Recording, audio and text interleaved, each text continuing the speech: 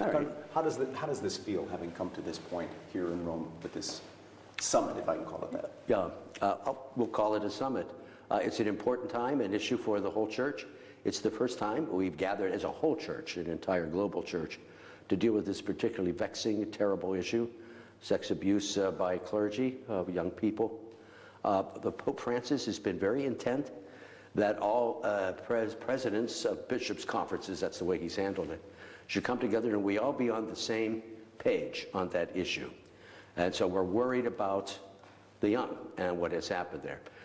To my mind, a second thing that happens for us as people in the United States is we've been working for some time on the issues. Our charter from Dallas on the way we deal with allegations, I think over the last 18 years has worked pretty well for priests and deacons. The difficulty was bishops and how we close the loophole for bishops.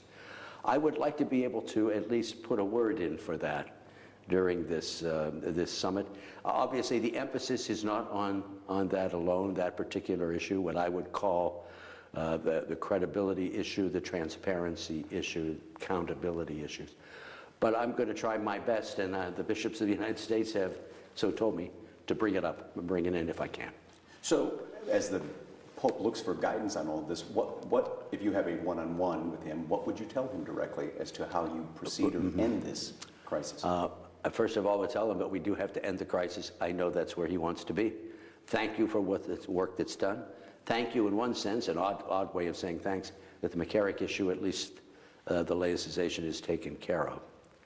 And then I would say for those of us in some countries who have already worked on some issues relative to priest allegations, we really feel compelled to emphasize anew the credibility of bishops by having them included in the way we go about dealing with allegations. And one way, not the only way, but one way that we think we can do this is what the United States bishops have come up with.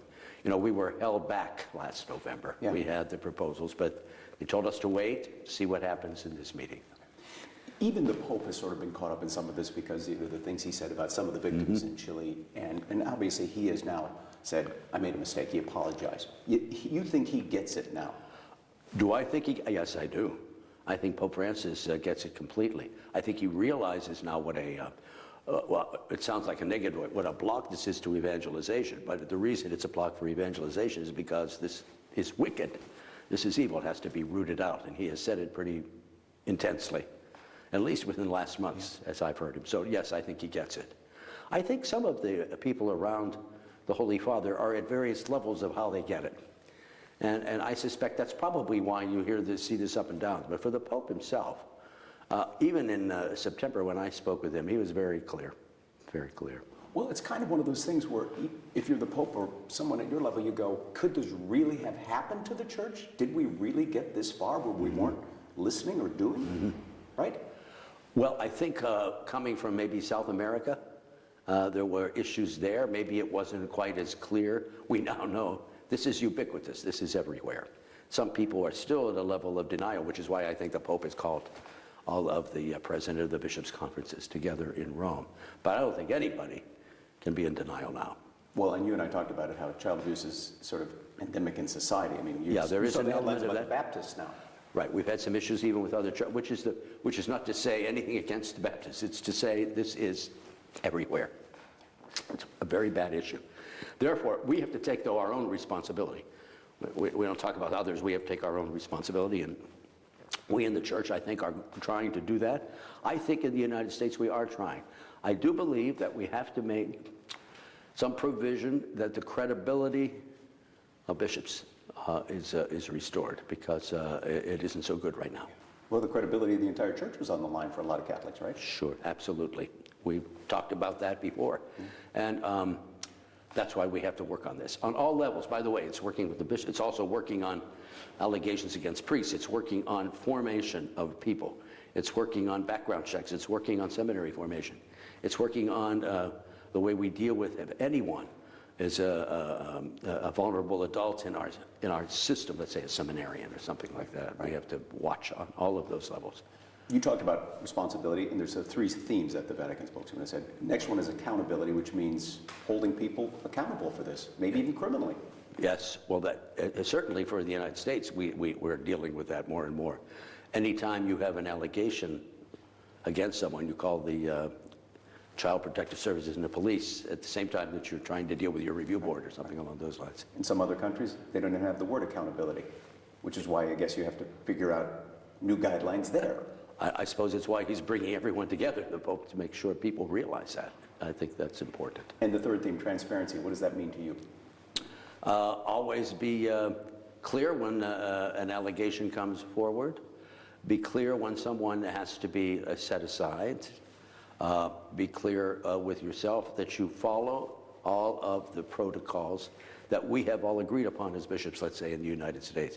Also, I would say, be clear to the gospel. People are hurting, so you have to bring forward the whole compassion and the kindness of the Lord. The Pope is called sometimes the church is a field hospital. Yeah. You have to be in there. And the Pope had said he asked the participants to meet with victims ahead of time. So you did that? I did. You know, Tom, I have been meeting with victims the last 16 years or more. But I did add more to it in the last 2 months, 3 months. And what did you hear from them? What was Recognize us. Listen to us. If you say you're going to do things, do them. Okay. I found in a number of the cases, they just wanted someone who is in authority to listen. They wanted to, and some of these were, one went back 25 years. What do you hope comes out of this? What do you go back and tell the people of the Galveston-Houston Archdiocese? Well, we are working very hard on this. I want this thing to end, this scourge. Where it has happened, we have to work on it to move ahead. Make sure you keep watch over the church and the kinds of things we promise to do, and as always, to take care of those who've been hurt. Okay. Do you think there could be other Cardinal McCarricks out there? I dread to think that there might be something like that. That's why I think we need what the bishops of the United States are proposing, to get this early. How long do you think it will take? And I think I asked you that last time. For the church to get its credibility back, for the church to... Tom, I'm always not so much an optimist. I'm always very hopeful. And I think that with steps, and I've even talked to some of our people, we can begin to regain some of that. But I do not think myself, in my own lifetime as a bishop, that it will end. I think it's going to take a long time. This is a very complicated thing. Yeah. Once it's set in motion over many years, you just don't, snap your fingers and hope this is going to go. But this is good. Yes, and gives victims that voice and that hope, you think? I think. I mean, I'm very much convinced that there will be much greater hope. And the steps taken, people will be much more assured. But as far as the crisis itself and how it waxes and wanes, I think that's going to take some time still. And this is also an interesting conference because you do have some women included, nuns and other participants here. Yeah, because that has also been a problem with the church. Yes, this is an issue that has come to light more just in the last few months. I mean, it's been around. A number of us have been aware that this has happened. But we are watching that this is now, sisters themselves are coming forward and saying things. So there's a further issue that it belongs with this crisis, though. There's no question. Okay.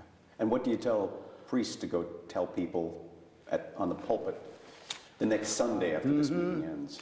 I've already talked to a number of our priests after we gave our list of credibly accused priests, and I felt the best of them said, we stood up there, we said, we want to tell you this, we apologize, we're upset and angry. This is the way it has been, this is the way we're working on it now. We ask you to, keep us accountable, but we're with you. And they told me that most of their people would come up afterwards and say, thanks for speaking about it clearly and bluntly, and we will move on.